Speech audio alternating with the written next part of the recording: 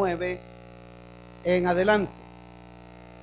Capítulo 1, versículo 9 en adelante. Dice la palabra de Dios: yo, Juan, vuestro hermano y copartícipe vuestro en la tribulación, en el reino y en la paciencia de Jesucristo, estaba en la isla llamada Patmos, por causa de la palabra de Dios y el testimonio de Jesucristo. Yo estaba en el Espíritu en el día del Señor, y oí detrás de mí una gran voz como de trompeta, que decía: yo soy el Alfa y la Omega, el primero y el último. Escribe en un libro lo que ves y envíalo a las 7 iglesias que están en Asia: a Éfeso, Esmirna, Pérgamo, Tiatira, Sardis, Filadelfia y Laodicea. Y me volví para ver la voz del que hablaba conmigo. Y vuelto, vi 7 candeleros de oro. Y en medio de los 7 candeleros, a uno semejante al Hijo del Hombre, vestido de una ropa que llegaba hasta los pies, y ceñido por el pecho con un cinto de oro. Su cabeza y sus cabellos eran blancos como blanca lana, como nieve. Sus ojos como llama de fuego, y sus pies semejantes al bronce bruñido, refulgente como en un horno, y su voz como estruendo de muchas aguas. Tenía en su diestra 7 estrellas. De su boca salía una espada aguda de 2 filos, y su rostro era como el sol cuando resplandece en su fuerza. Cuando le vi, caí como muerto a sus pies. Y él puso su diestra sobre mí, diciéndome: no temas, yo soy el primero y el último, y el que vivo, y estuve muerto, mas he aquí que vivo por los siglos de los siglos. Amén. Y tengo las llaves de la muerte y del Hades.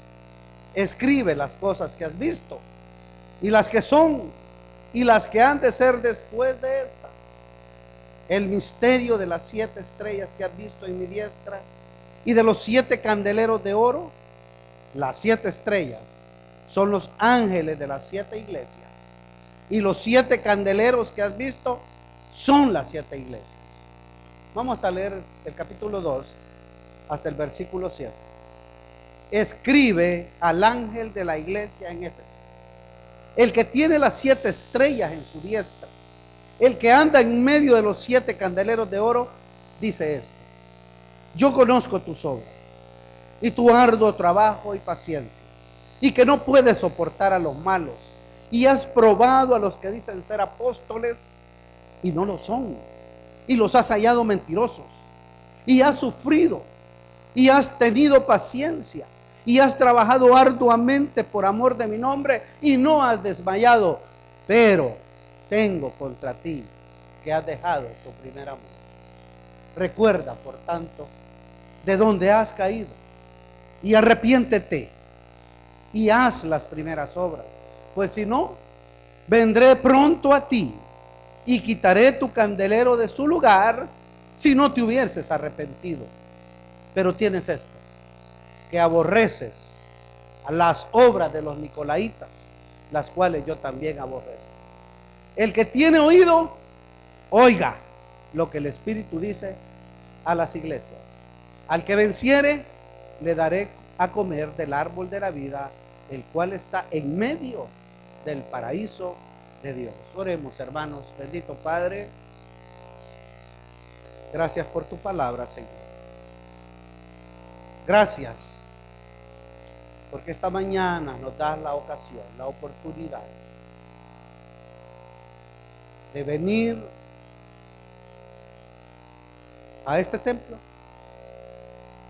con nuestro corazón dispuesto a escuchar tu palabra. Señor, tu palabra dice que el que lee este libro y cree y atesora en su corazón lo que tú dices, es bienaventurado.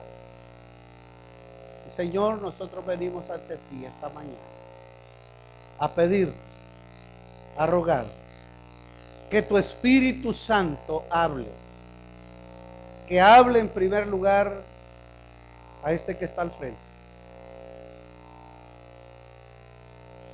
que tú, Señor, toques mi corazón, mi mente, que tú hables clara, profunda. Y en segundo lugar, Señor, también ruego para que tu iglesia reunida esta mañana escuche lo que tu palabra dice. Que sea tu Espíritu Santo que hable claramente. Señor, que este tiempo que viene sea controlado y dispuesto por tu Espíritu Santo. Y Señor, que encontremos en tu palabra el alimento que necesitamos, la reflexión de nuestras vidas. Señor, gracias. Alabamos tu nombre esta mañana. En el nombre de Cristo Jesús oramos. Amén. Muy bien, hermanos. Nos disponemos en estos domingos a estudiar, a revisar las cartas que nuestro Señor Jesucristo escribe a las 7 iglesias que son conocidos como las 7 iglesias del Apocalipsis. El libro de Apocalipsis, la revelación de nuestro Señor Jesucristo, fue escrita originalmente para 7 iglesias ubicadas en su época en el Asia Menor, lo que nosotros hoy conocemos como Turquía. Entiendo que se les entregó una hoja donde en el reverso está el mapa donde están ubicadas las 7 iglesias del Apocalipsis. Yo les traigo aquí algo para que ubiquemos dónde está, de qué región estamos hablando. Pero usted se auxilia también de la hojita. Y dice la palabra de Dios que Juan escribe estando él en una isla que se llama Patmos. Esa isla existe, hermano. Ahí está un puntito negro. Si es que la luz nos ayuda o no nos ayuda. Ahí está ubicada la isla de Patmos. Ahí estaba Juan porque estaba siendo perseguido por el imperio romano. ¿Por qué razón? La iglesia estaba siendo perseguida y Juan dice: yo con ustedes participando de la persecución, de la tribulación, por amor de Cristo, porque los cristianos estaban siendo perseguidos porque no querían confesar que César era el Señor, porque ellos tenían un único y solo Señor, Jesucristo, y no podían doblar rodilla ante otro que no fuera el Señor Jesucristo. Él está recluido. Pero dice la palabra de Dios que en el Espíritu el Señor habla y le dice: escribe y envía este mensaje a las iglesias. Y hemos leído, usted va a leer el capítulo 1 completo allá en su casa, hermano, y se va a dar cuenta cómo inicia esto importante para la iglesia de Cristo. Y el Señor Jesús se presenta, ya lo vimos, versículo 11, se presenta como el alfa y la omega, el primero y el último, el que ha sido siempre. Antes que las cosas existieran, Él ya existe. Luego que estas cosas terminen, Él existe, existirá, siempre existe. Ese es nuestro Dios. Estaba antes y está después de nuestra historia. Así se presenta el Señor. Versículo 12 en adelante. También se describe el Señor, su cabeza, sus cabellos, sus ojos, sus pies, su boca. Del versículo 12 en adelante Él se presenta y dice del versículo 17 en adelante: escribe, Juan, las cosas que has visto y las que son y las que han de ser después de esta. Y revela el misterio, hermanos, el misterio de las 7 estrellas. Versículo 20, el misterio ¿qué son las 7 estrellas que están en su diestra? Las 7 estrellas, dice: las que has visto a mi diestra son los ángeles de las 7 iglesias. Y los 7 candeleros que has visto son las 7 iglesias. Y esto, hermanos, de los ángeles es un tema que ha sido discutido mucho. De tal manera que cuando vamos a la carta precisamente, vamos a encontrar nosotros que las cartas que él envía a cada una de estas iglesias tienen un mismo formato. Creo que por ahí me puede poner la diapositiva donde tenemos acá. Ahí puede ver usted, cada carta consta, en primer lugar, de una dedicatoria. Mire el versículo 1 del capítulo 2. Esta introducción, esta dedicatoria, la vamos a encontrar 7 veces en las 7 cartas. Porque nosotros vamos a estar estudiando, hermanos, capítulo 2 y capítulo 3. 7 iglesias, 7 cartas, 7 ángeles. O si usted quiere, 7 ángeles, 7 cartas, 7 iglesias. 7 diferentes, 7.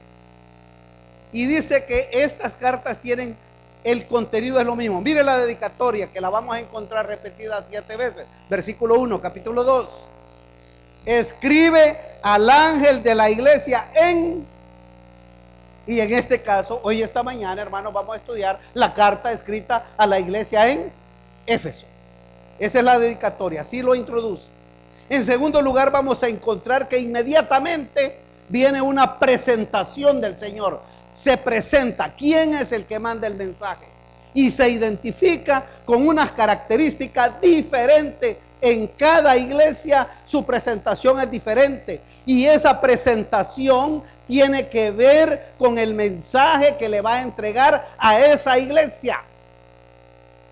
En tercer lugar, hermanos, nosotros podemos ver que hay un elogio.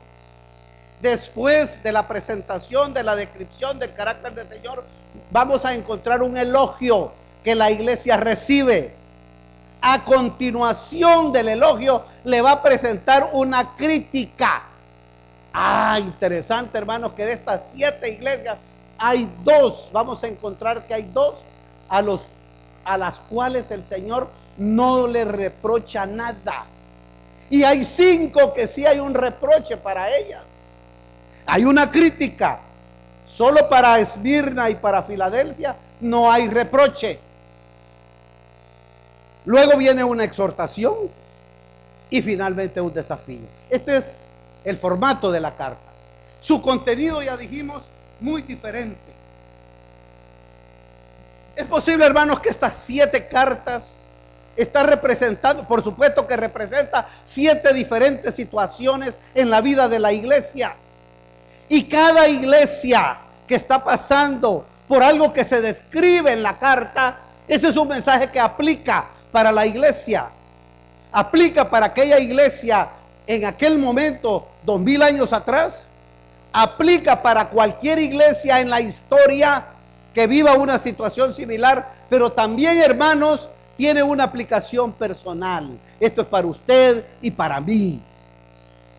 Porque decían nuestros hermanos en la mañana a las 7 que cuando decimos iglesia, este es un mensaje para la iglesia. Parece ser que eso se diluye, ¿verdad? Parece ser que eso es para todos y es para nadie. Pues yo preguntaba en la mañana, y cuando usted dice, mire, ¿y usted a qué iglesia va, hermano? A iglesia, bueno, espero que todos, ¿verdad? Y yo digo, yo voy a iglesia, hasta hago, digo, Nazaret. ¿Sí? Pero cuando yo digo y pienso en la iglesia, ¿en qué pienso? ¿Qué viene a mi mente? Cuando usted dice iglesia Nazaret, ¿qué viene a su mente? ¿Viene este lugar, la instalación? No, dice la hermana Ruth. Usted cuando habla de iglesia Nazaret, usted viene y piensa ¿en quién? En sus hermanos. ¿En cuáles? Y aquí hay un montón, hermano. En todos, dice ella. Mire. No, el mensaje es personal también, hermanos. No solo es para la iglesia en general. Es para cada uno de nosotros. Tiene esa aplicación. Y de eso se trata, hermanos. Entonces, vamos a entrar a la carta de Éfeso. Éfeso, la primera carta. ¿Por qué creemos o se piensa que es la primera carta? Que está en el orden. Porque como usted vio, si gusta, volvemos a A la del mapa, por favor. Volvamos al mapa. Si el mensajero salía de Patmos, de la iglesia, de la isla Patmos, punto negrito ahí. Si el mensajero sale de Patmos, inmediatamente la primera con la que se encuentra es el puerto de Éfeso. Está ahí. El mensajero entra al Asia Menor, entra a Turquía por Éfeso. Es la primera. Y resulta que había una carretera, hoy carretera, antes calle, ¿verdad? No sé, pero una carretera, un freeway, ¿sí? Un highway, gracias hermano, por aquí entonces, que recorría partiendo de Éfeso hacia el norte, Esmirna, más al norte Pérgamo, luego cruzaba Tiatira, Sardis, Filadelfia, la Odisea. Era como un círculo, como un lazo. Entonces el mensajero seguía esta ruta fácilmente. Iba entregando la carta a Éfeso. Pero Éfeso también tenía otra connotación, hermanos. Éfeso era una de las 4 principales ciudades del Imperio Romano. Eran 4 las principales. Por supuesto, Roma, la capital. Alejandría, Antioquía de Siria y Éfeso. Ciudad principal. Si usted recuerda, y no tenemos el tiempo, ya son las 11:25 y no hemos llegado a la carta, hermanos. Qué tremendo está el tiempo. Ayúdenme a detenerlo, por favor, hermanos. Pero no se puede. Si usted recuerda, y esto por favor en su casa, Hechos capítulo 18, Hechos capítulo 19, le muestra la historia, cómo nace la iglesia en Éfeso. ¿Y qué importancia tenía en la vida de Éfeso la religión? Y cómo Pablo sufre porque le estaba deshaciendo el negocio, porque la religión casi que siempre va ligado y a la política. Qué tremendo, eso no es nuevo. Y dice Demetrio, hagamos algo porque este Pablo aquí nos anda desordenando todo. Mire que ya nadie quiere comprar nuestras estatuillas que hacemos a la gran diosa Diana, la diosa del universo. Bueno, ustedes lean la historia, por favor. Así nace la historia en Éfeso. Y de Éfeso usted puede leer, que salió la evangelización a todos los pueblos. Éfeso se convirtió en un centro misionero de predicación. Allí todas las demás iglesias prácticamente fueron evangelizadas partiendo de Éfeso. ¿Cuántos años estuvo Pablo ahí? Casi 3 años. Le dedicó tiempo. Luego dejó a uno de sus discípulos amados como pastor. ¿A quién dejó? A Timoteo. Y después, hermanos, mire que esa iglesia bendecida. ¿Sabe quién fue a pastorear la iglesia de Éfeso cuando Timoteo terminó? Pues si no lo sabía, hoy se lo cuento. El apóstol Juan. ¡Qué pastores los que tuvo Éfeso! Pablo. Bueno, y antes de ellos, Priscila y Aquila, Apolo, ¿se recuerdan ustedes la historia? ¿Sabe cuántos años habían pasado desde que la iglesia fue fundada al tiempo que Juan le escribe, el Espíritu, por medio de Juan, escribe esta carta, ¿no? ¿Sabe cuántos años habían pasado? No lo saben, pero yo se lo voy a decir ahorita. Habían pasado entre 40 y 50 años de fundada. Cuando esta carta que hemos leído en el Apocalipsis, se me cayó, hermanos. Cuando esta carta es escrita, han pasado 40 años desde que la iglesia fue fundada. Y cuando encuentro ese detalle en el estudio, hermano, digo yo, wow, Iglesia Nazaret, mire qué coincidencia. ¿Cuántos años vamos a celebrar este año de aniversario, hermanos? 49, ya uno más, 48. Mire qué correlación hay. Han pasado 40 años y se manda esta carta a Éfeso. Iglesia Nazaret, hay algo para ti esta mañana. Hay algo para mí. Y dice la palabra de Dios, escribiendo en el versículo 1, dice la palabra de Dios que escribe al ángel de la iglesia en Éfeso.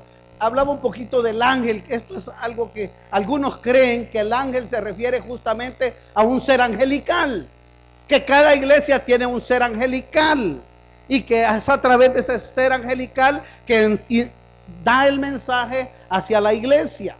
Y eso, hermanos, tiene su base en Hebreos capítulo 1. Usted lo puede estudiar. Esto no lo dije en el primer culto y algún hermano se me acercó y me dijo, no, es que mira que eso no. Hebreos capítulo 1. Pero algunos creen que no, que se refiere al pastor de la iglesia. Y algunos creen que se refiere a ambos. Bueno, hermanos, a mí me encanta pensar que es al pastor de la iglesia. Pero eso no es verdad así definitivo. A mí me gusta pensar así. ¿Por qué? Porque son los pastores, y ya me salgo yo, hermano, son los pastores los responsables ante Dios de entregar la palabra de Dios tal cual es. Porque Juan no puede inventar lo que va a escribir, escribe lo que Dios le dicta. Y el pastor tiene que entregar a la iglesia el mensaje de Dios, la palabra de Dios. Y esta es su responsabilidad y daremos cuenta ante Dios. Escribe lo que Dios dice. ¿Y qué dice Dios? Aquí va a presentarse el Señor. Vea, versículo 1. Vamos a ver, versículo 1.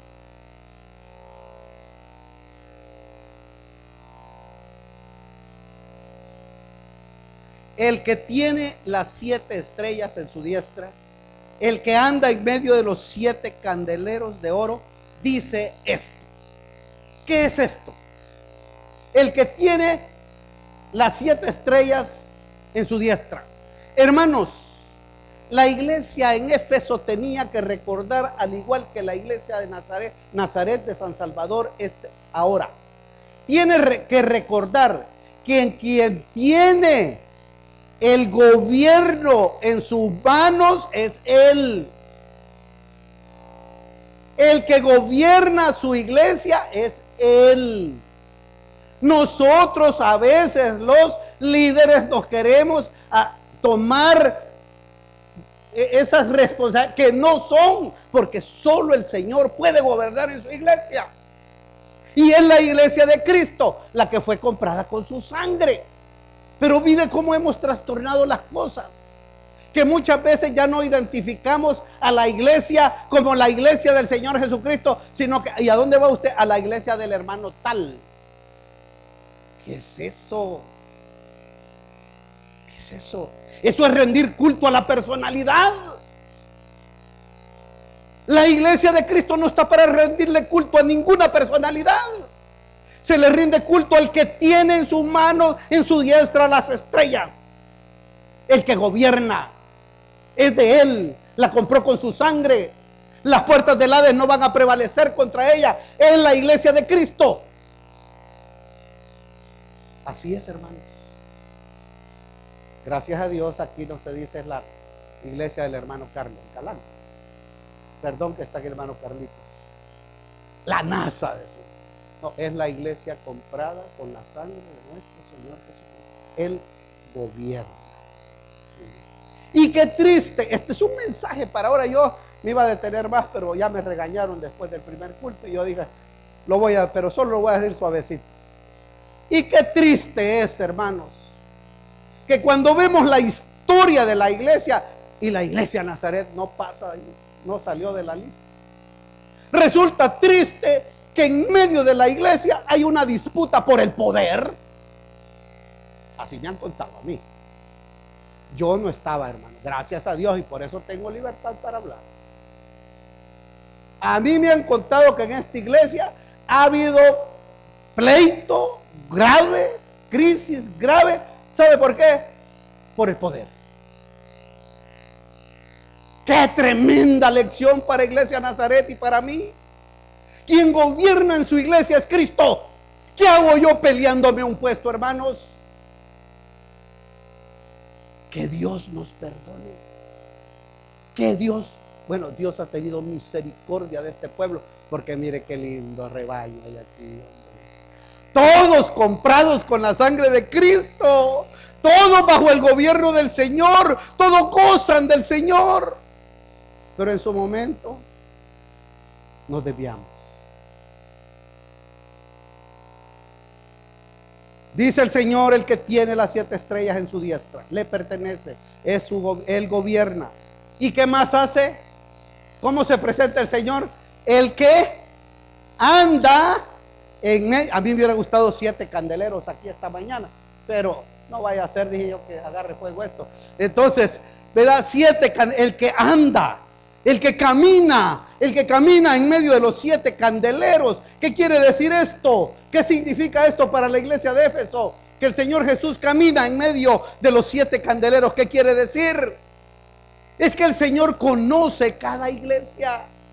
Él las inspecciona, Él las evalúa, Él sabe lo que piensan, Él sabe cómo andan. A Él no se le puede engañar. Dice la palabra de Dios que sus ojos son como llamas de fuego, que penetra, que limpia, que quema.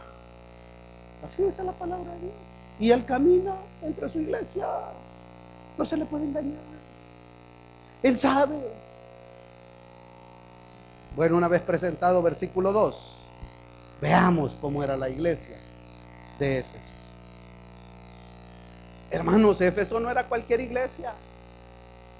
Éfeso era una iglesiaza, una de veras iglesia tremenda. Dice el Señor Jesús: yo, versículo 2, hermanos, ¿están conmigo? Yo conozco tus obras. Pero detengámonos aquí un momento, hermanos. Conozco, yo conozco. Esa palabra, conozco, tiene la implicación de que Él conoce plena y profundamente.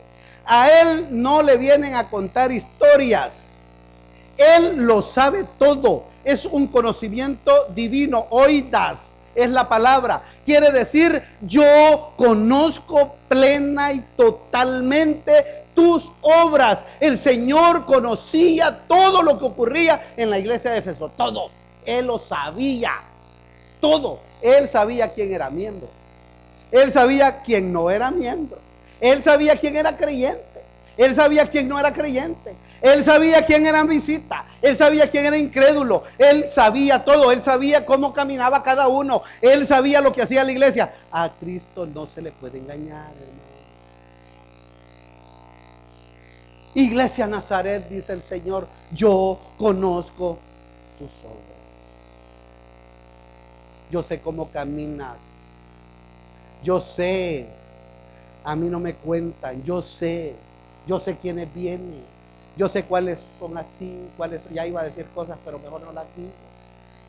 No vaya a ser que me caiga un rayo. Digo, hermano, no podemos engañar al Señor. Iglesia Nazaret, el Señor te dice esta mañana: yo conozco tus obras. Yo conozco tu proceder. Yo sé cómo eres. Bueno, yo te conozco tan bien, dice el Señor a Éfeso, que conozco tu arduo trabajo y paciencia. Mire qué iglesiaza. Una iglesia activa, tu arduo trabajo. Esta era una iglesia que trabajaba al punto de el agotamiento, extenuados, trabajaban, se entregaban por la obra de Dios. Bueno, hermanos, pues sí, hermano Miguel, ¿y cómo hacemos pues? Y dice el hermano Miguel: pues si nadie quiere servir. Pues sí, es que no tienen tiempo los hermanos. Ya no quieren. Se les acabó la batería. Mire cómo es la cosa, pues. Qué diferente, iglesia de Éfeso. Yo conozco tus obras. Yo conozco que trabajas, que no eres perezoso, que vas y vienes, hasta el cansancio, no te detienes. Eres una iglesia activa, eres una iglesia con iniciativa, es una iglesia que se entrega al trabajo. Qué linda la iglesia de Éfeso. Es más, conozco tu paciencia. Y aquí la paciencia, la palabra no tiene que ver con que yo le tenga paciencia al hermano Carlitos y él a mí. No es paciencia en la relación personal. No, es estar firme ante la adversidad de las circunstancias. Porque la iglesia estaba siendo perseguida, hermanos. Muy diferente a nosotros ahora. Aquí, no estoy hablando del norte de África, o del Medio Oriente, o México, en algunas comunidades indígenas. Yo conozco tu paciencia, dice el Señor. Me encanta verte firme en medio de las adversidades. Me encanta, doy testimonio, tú eres perseverante. Tienes algo más que me encanta, dice el Señor. Mire qué elogio. Versículo 2 estamos. Bueno, te conozco tan bien y tus obras son tan buenas que no tienes lugar para los malvados en esa iglesia. No recibes a los malvados, no los quieres. Mire, esto es disciplina, hermanos. Esta iglesia, les aseguro que mantenían la disciplina. Nada, ni un malvado aquí. Bueno, a veces aquí hasta se roban las carteras. Guarde su cartera, hermano, por favor. No vaya a ser. Pero no son los hermanos. No son los hermanos. Son los que les gusta lo ajeno. No son los hermanos. Pero esa es otra cosa. Yo conozco, dice el Señor, que no permites a los malvados en la iglesia. Y es más, dice el versículo, sigamos leyendo por favor. Y yo conozco, dice el Señor, tu trabajo, que ha llegado al punto de probar a los que dicen ser apóstoles. ¿Y qué pasa? Y no lo son, y los has hallado. Ay, hermano, en esta iglesia no cualquiera. Aquí, hermano, la sana doctrina estaba. Cualquiera que se parara y quería enseñar, a ver si es cierto, a ver si es la palabra de Dios, a ver si glorifica a Cristo, porque si no, patitas para afuera. Has probado, hermanos, los falsos maestros, los falsos profetas, los falsos apóstoles han abundado siempre. En aquella época abundaban. Mire, Hechos capítulo 20, usted puede ver la recomendación del apóstol Pablo a los ancianos de Éfeso. Usted puede ver las cartas de Colosenses, usted puede ver las cartas de Timoteo, las dos cartas, la de Tito. Y usted va a encontrar en todas ellas una advertencia respecto a los falsos profetas y los falsos maestros. ¿Y quién es un falso profeta, un falso maestro? Hay que tenerlo claro, hermanos.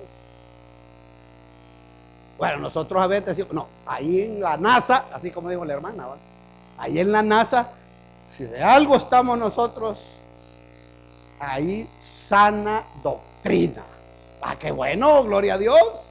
Estamos igualitos que Éfeso. ¿Sí? Pero mire, los falsos profetas, estos vienen desde antes. ¿Sabe quién fue el primer falso profeta? El primer falso maestro. El primer falso, ¿sabe quién fue? Satanás allá en el Edén. ¿Sabe lo que hace el falso profeta? ¿Sabe lo que hace? Sí, engaña. ¿Sabe cómo? Mire, es bien fácil cómo ellos lo hacen. Mire, agarra la palabra de Dios. ¿Y qué hace con la palabra de Dios? La tuerce. Satanás usó la palabra de Dios. ¿Sabe para qué? Para engañar. Y así entró el pecado. El falso profeta tuerce la palabra, toma la palabra de Dios, la tuerce. ¿Y sabe para qué la tuerce? Para lograr un beneficio para él, no para la gloria de Dios. Vayamos a segunda de Pedro, pues, ya que no me creían que estaba lleno de enseñanza contra los falsos profetas. Segunda de Pedro, capítulo 3.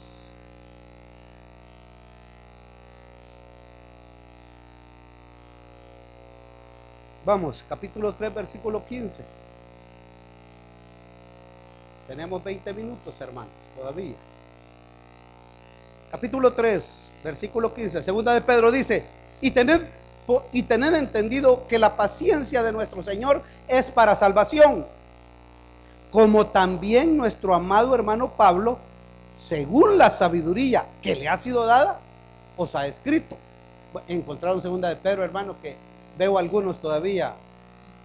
Segunda de Pedro, ¿sí? Bueno, volvamos. Capítulo 3, versículo 15.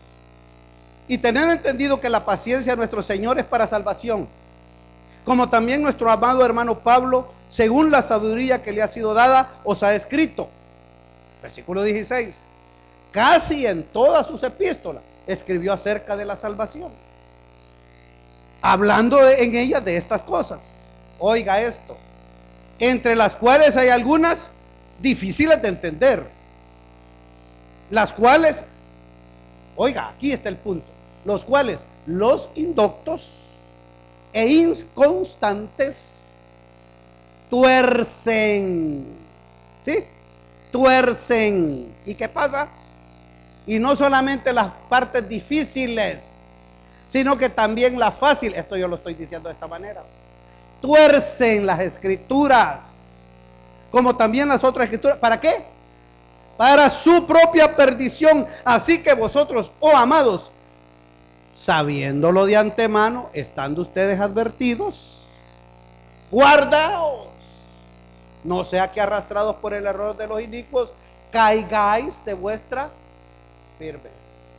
Atención, los falsos tuercen la palabra de Dios para su propio beneficio y no para la gloria de Dios. Y no, decía los hermanos en la mañana, no confundamos un falso profeta o un falso maestro con un maestro equivocado, confundido. Que él puede estar confundido, o sea, no ha recibido la instrucción, no ha estudiado bien y él entrega una enseñanza, pero no torcida, es decir, siempre buscando la gloria del Señor Jesucristo, siempre trayendo a la gente a los pies de Cristo. Esta es la diferencia. A este hermano, ¿se acuerdan del hermano Apolos? Él fue instruido. Después, no sabía, fue instruido. Entra. Entonces, no es lo mismo uno falso que un confundido. Hay que estudiar la palabra de Dios. Por eso en este año, hermanos, ¿cuál ha sido el tema? Cerca de Jesús a través de o por medio de la palabra de Dios y la oración. Así que, hermanos, mucho cuidado con las falsas enseñanzas, los falsos maestros. No se deje llevar por esos discursos carismáticos. No se deje llevar por personalidades fuertes. No se deje llevar por verborreas. Qué bárbaro cómo habla. No, no es eso. ¿Qué es, hermanos? Es la palabra de Dios. Éfeso descubrió que eran unos mentirosos. ¿Por qué? Porque iban a la palabra. Así que esa es una característica importante de Éfeso. ¿Qué iglesia? Mira, Señor, el elogio. Yo conozco tus obras, yo conozco tu arduo trabajo, tu paciencia, tu perseverancia. No soportas a los malos. Has probado a los que dicen ser apóstoles y no lo son, y los has hallado mentirosos. ¿Y hay algo más, Señor? Sí, hay algo más. Ellos han sufrido, sufren por Cristo. Versículo 3. Han tenido paciencia, han trabajado arduamente por amor de mi nombre y no han desmayado. ¿Qué iglesia? Es una iglesiaza, Éfeso. Y, Señor, ¿hay algo más bueno en ellos? Sí, hay algo más que quiero decirles. Son una iglesia excelente. Mira el versículo 6. Aborreces las obras de los nicolaitas, las cuales, dice el Señor, yo también aborrezco. Aborrecer el mal, hermanos, aborrecer el mal es lo opuesto a amar lo bueno, amar a Dios. Y esta iglesia estaba en línea con el Señor. Aborrecía lo que Dios aborrecía. Qué lindo una iglesia así. ¿No quisiera ser usted un miembro de una iglesia así? Ya somos, dice el hermano, gloria a Dios, ¿verdad? ¡Qué iglesia! Pero como el Señor camina en medio de los 7 candeleros, y camina y se pasea, y sus ojos son como llamas de fuego que penetra, que va más allá de la superficie,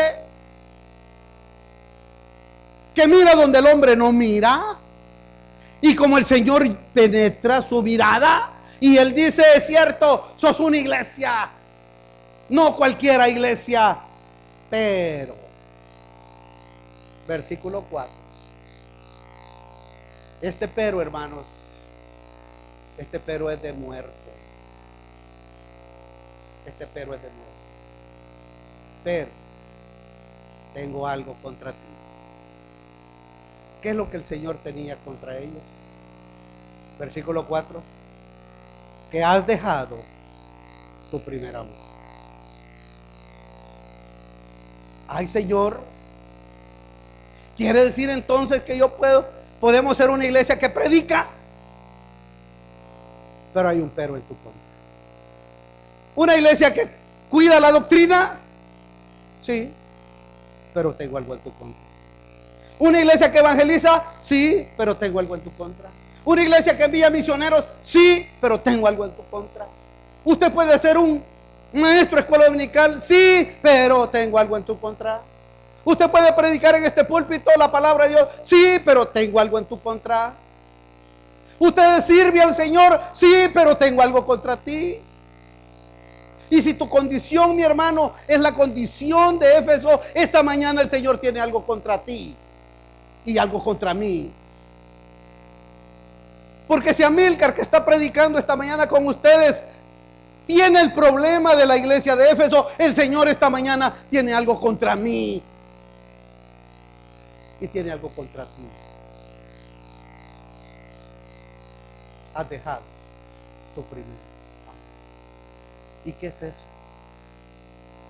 Bueno, hermanos, algunos creen que esto se refiere a que habían dejado de amar a Dios como su primer amor.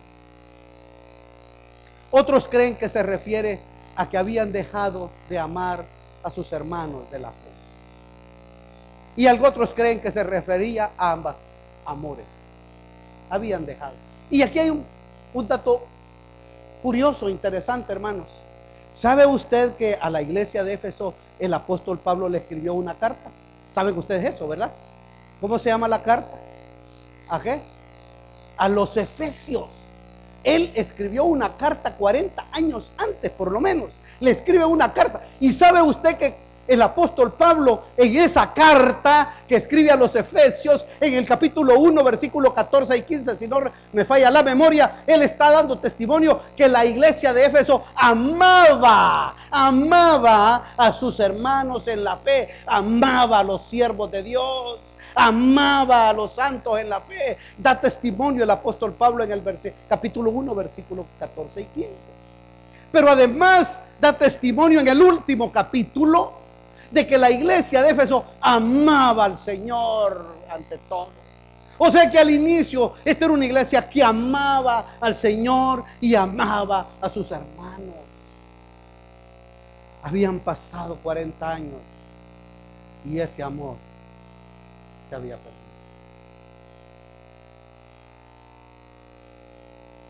Ah, cómo cambia la vida, ¿verdad? ¿Por qué la iglesia? ¿Por qué yo? Póngase usted.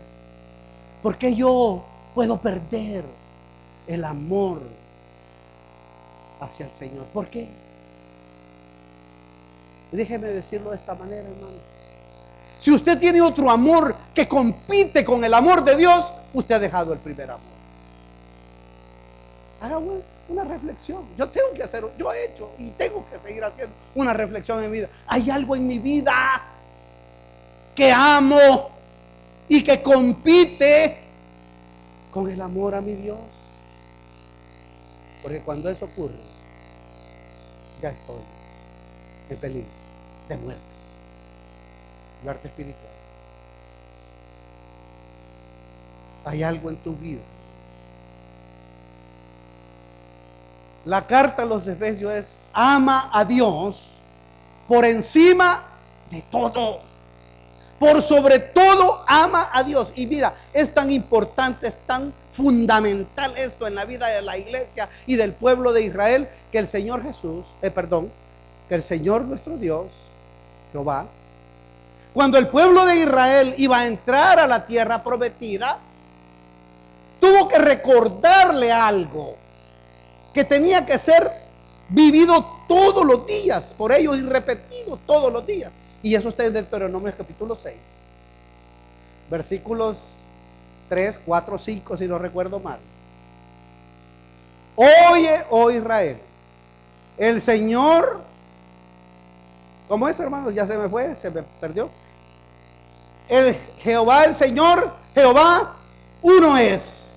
¿Y qué pasa? Amarás al Señor tu Dios con todo tu corazón, con toda tu alma, con todas tus fuerzas, con toda tu mente. Y dice, y esto lo repetirás todos los días, en la mañana. Tan importante era antes de entrar a la tierra prometida, que el pueblo debía entender que el amor a Dios era lo fundamental. ¿Se pierde el amor a Dios? Pero hay algo importante, hermanos.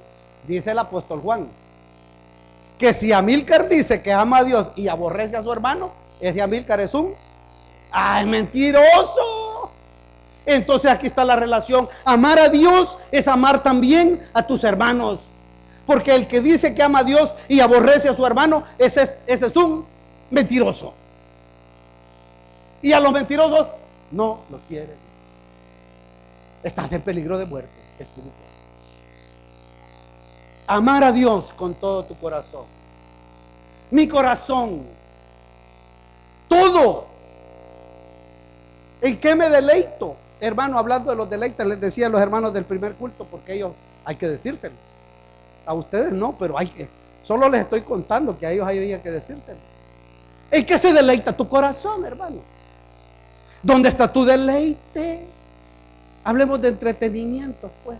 ¿Qué te entretiene? ¿Qué se deleita tu corazón? Gloria a Dios, hermana, que así sea. Pero si tu corazón se deleita en algo que no deleita el corazón de Dios, estás en serios problemas. Amílcar está en serios problemas. Si su deleite de su corazón no es deleite del corazón de Dios. ¿Sabes por qué? Porque has dejado tu primer amor. Cuando se pierde el amor por Dios, se le es infiel a Dios y luego a las demás cosas. El que me ama, dijo el Señor, guarda mis. Tengo un problema de amor cuando no obedezco. Si no obedezco, tengo problemas de amor para mi Señor. Pero tengo contra ti que has dejado tu primer amor. Y hermanos, esta es la reflexión para Éfeso y para Iglesia Nazaret esta mañana. Casi las 12 ya. Nos quedan 2 versículos. 3 versículos. Bueno, 2 porque ya el 6 ya lo hablamos.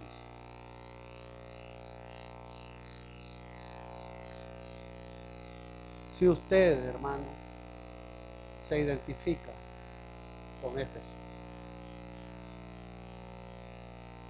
pero has dejado mi primer amor, yo tengo algo contra ti esta mañana, dice el Señor. Mucho ojo. El que tiene oído, que oiga lo que dice el Espíritu a las iglesias. Si el Espíritu de Dios te está haciendo ver que has dejado ese primer amor, esta mañana yo tengo algo contra ti, dice el Señor. ¿Y cuál es la cura? ¿Cuál es el remedio? ¿Cómo se resuelve esto? Mire qué lindo es el Señor. Y en el versículo 5 dice, aquí está el remedio, hermanos. Si has dejado tu primer amor, la palabra de Dios dice, primero, recuerda, haz una pausa, detente, recuerda, por tanto, de dónde has caído, recuerda de dónde vienes, cómo eran tus primeras obras. No, hermanos, si en los años 80, mire, aquí hacíamos eventos, esto se llenaba, teníamos 700 miembros, casi 1000, íbamos, veníamos, recuerda. No, si cuando yo estaba joven, hermanos, íbamos a evangelizar, nos vivíamos, cantábamos, queríamos que todo el mundo conociera a Cristo. Y ahora, ¿por qué no? ¿Qué ha pasado? ¿Dejaste tu primer amor? ¿Por qué dejamos el primer amor, hermanos? Hice la pregunta, pero no reflexionamos. ¿Por qué se pierde el amor a Dios? ¿Por qué? ¿Sabe por qué? Algunas veces nuestro resentimiento, como no nos da el Señor lo que nosotros queremos, como que Él es siervo nuestro. Porque viene el hermano cómo me habló y le adosa o le endosa al Señor lo que otro hermano le dijo y le hizo, y por eso va a perder usted el amor al Señor. ¿Sabe que otro que compite con el amor es tu trabajo, hermano? Tu trabajo compite, porque el amor es prioridad. Y se los digo por experiencia propia, hermanos. Tuvo que el Señor tratar conmigo para darme cuenta de esto. Lo digo por experiencia, hermanos. Tu trabajo puede competir, tu familia puede competir. ¿Cómo dijo el Señor Jesús? Si amas más a tus hijos que a mí. Bueno, Él no lo dijo así, yo lo estoy diciendo de esa manera. Si no aborreces, digo, pero en el sentido de, si tú amas más, estás en problemas. Tengo algo contra ti esta mañana. Recuerda de dónde has caído y arrepiéntate. Haz tus primeras obras. Porque si no, estás en peligro. Algunos escritores dicen que esta frase es: o me amas o te mueres. Así es esto, hermanos. No hay aquí medias tintas. O me amas o te mueres. Porque si no me amas y si no vuelves a tu primer amor, vendré pronto a ti y quitaré su candelero de su lugar si no te hubieses arrepentido. ¿Cuántas iglesias no han desaparecido? Ya no son relevantes. Mire lo que nos dijo la hermana Mirna hoy en su testimonio. Es que está la hermana Mirna por aquí. Allá te tengo, hermana Mirna, que Dios te bendiga. Entonces estaba fijando mi mente también en ti, hermana Sonia. Bueno, que el Señor te bendiga, hermana Mirna, ya que te veo. Vamos a orar por ti al final del culto. ¿Qué nos dijo la hermana Sonia, hermanos? ¿Qué ha pasado en Europa, según sus palabras? El secularismo, dijo ella. Yo diría el humanismo, el materialismo. Eso, hermanos, es crítico en la vida del cristiano.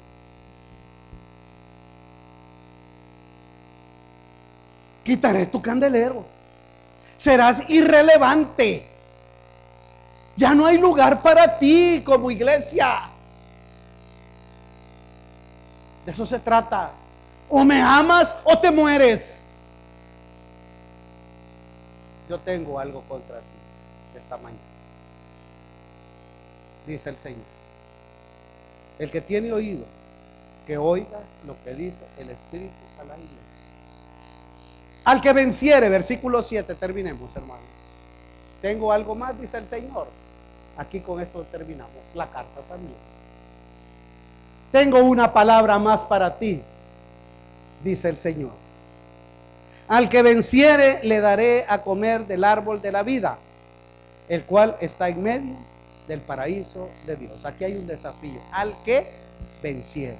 ¿Y quién es el vencedor? ¿Quién es el que vence? Entonces usted en su casita, porque ya son las 12:01 en este reloj, pero usted en su casa, recordando la palabra de Dios, va a ir a Primera de Juan capítulo 5 versículos 4 y 5, y ahí el Señor le va a responder quién es el que vence.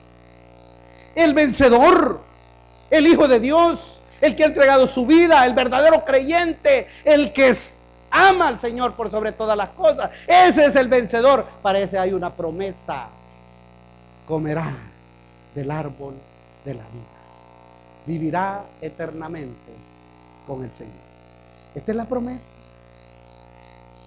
Así que, hermanos, esta mañana el Señor habló a la iglesia de Éfeso y habló a la iglesia de Nazaret y me habló a mí. Oremos. Hermana Mirna, ¿pueden venir, por favor?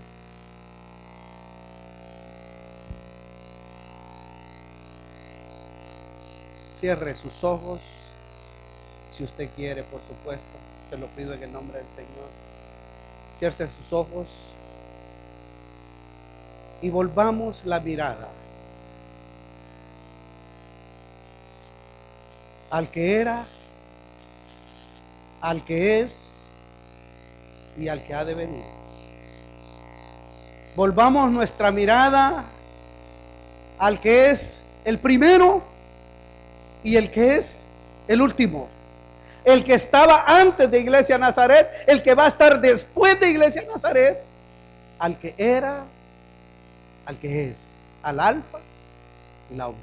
Volvamos nuestra mirada hacia él. Le ruego en el nombre de Cristo, vuelva su mirada a él. Recuerda, hagamos un ejercicio, hermano. Recordemos. Recuerda de dónde venimos. Recuerda, si has dejado tu primer amor, yo tengo algo contra ti, dice el Señor. Arrepiéntete. Metanoia, cambia de mente. Cambia de mente. Cambia tu mente por la mente del Señor a través de la palabra de Dios. Arrepiéntete y esta mañana haz un pacto con el Señor y dile: Señor, me arrepiento. He dejado. Si ese es el caso, si no, confirma. Y dile: Señor, quiero amarte por sobre todas las cosas. Quiero servir. Anhelo tu presencia cada día. Perdóname, Señor. Porque si tú y yo no lo hacemos, estamos sujetos a la muerte espiritual. Y mi deseo es vivir para Cristo. Mi deseo es vivir para Cristo. Porque lo que vivo hoy, dice la palabra de Dios, en la carne lo vivo para el Hijo de Dios, que ese Dios se entregó a sí mismo por mí. Y si muero, muero para Cristo. Y cuando resucite, resucito para Cristo. Porque, Señor, quiero amarte. Perdóname al haber puesto otros amores compitiendo contigo. Y, Señor, queremos en esta mañana como iglesia rogar por nuestra hermana Miriam. Sabemos que su salud está comprometida. Pero, Señor, ella es tu hija, que te sirve con corazón agradecido. Señor, rogamos para ella un toque. Que tu mano, Señor, consuele,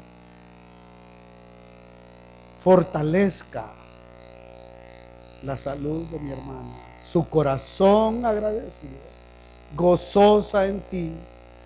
Y rogamos por aquella iglesia en Cotzán, Señor, que tu nombre sea engrandecido en aquella región también. Padre Santo, gracias por su vida.